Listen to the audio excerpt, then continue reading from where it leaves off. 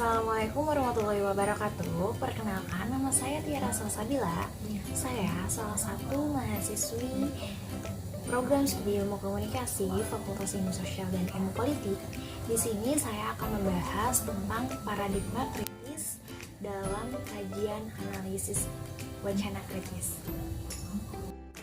Paradigma kritis terutama bersumber dari pemikiran sekolah Frankfurt. Ketika itu di Jerman tengah terjadi proses propaganda besar-besaran oleh Hitler, di mana media dipenuhi oleh prasangka, retorika, dan propaganda. Media dijadikan alat dari pemerintah untuk mengontrol publik, menjadi sarana pemerintah mengorbankan semangat perang. Dalam pandangan kritis, individu tidaklah dianggap sebagai subjek yang netral yang bisa menafsirkan secara bebas sesuai dengan pikirannya, karena dipengaruhi oleh kekuatan sosial yang ada di masyarakat. Tri Rusmi dalam perilaku manusia mengatakan berperilaku adalah suatu proses sensasi, persepsi, dan memori atau ingatan, berpikir menggunakan lambang berupa visual atau gambar, serta adanya suatu penarikan kesimpulan yang disertai proses pemecahan masalah. Analisis wacana termasuk dalam kategori paradigma kritis.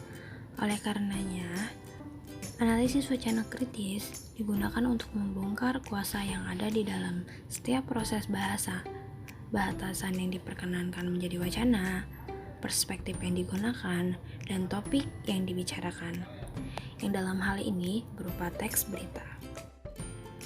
Pernyataan utama dari paradigma kritis adalah adanya kekuatan-kekuatan yang berbeda dalam masyarakat yang mengontrol proses komunikasi.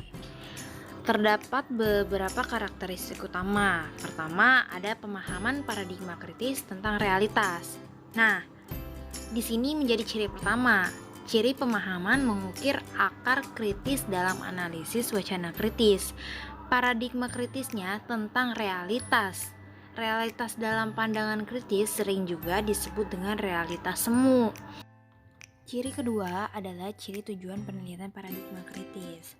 Nah, pada tujuan ini, paradigma kritis adalah mengubah dunia yang tidak seimbang. Dengan demikian, seorang peneliti dalam paradigma kritis akan mungkin terlibat dari proses negasi relasi sosial yang nyata, membongkar mitos, menunjukkan bagaimana seharusnya dunia berada. Yang ketiga ada titik perhatian penelitian paradigma kritis. Nah, maksudnya di ciri ini itu mengadakan realitas yang dijembatani oleh nilai-nilai tertentu. Ini berarti bahwa ada hubungan yang erat antara peneliti dengan objek yang diteliti. Ciri keempat dari paradigma kritis adalah pendasaran diri paradigma kritis mengenai cara dan metodologi penelitiannya. Nah, paradigma kritis menekankan penafsiran peneliti pada objek penelitiannya. Ada proses dialog pada seluruh penelitian kritis. Nah, dialog kritis itu digunakan untuk melihat secara lebih dalam kenyataan sosial yang telah, sedang, dan akan terjadi.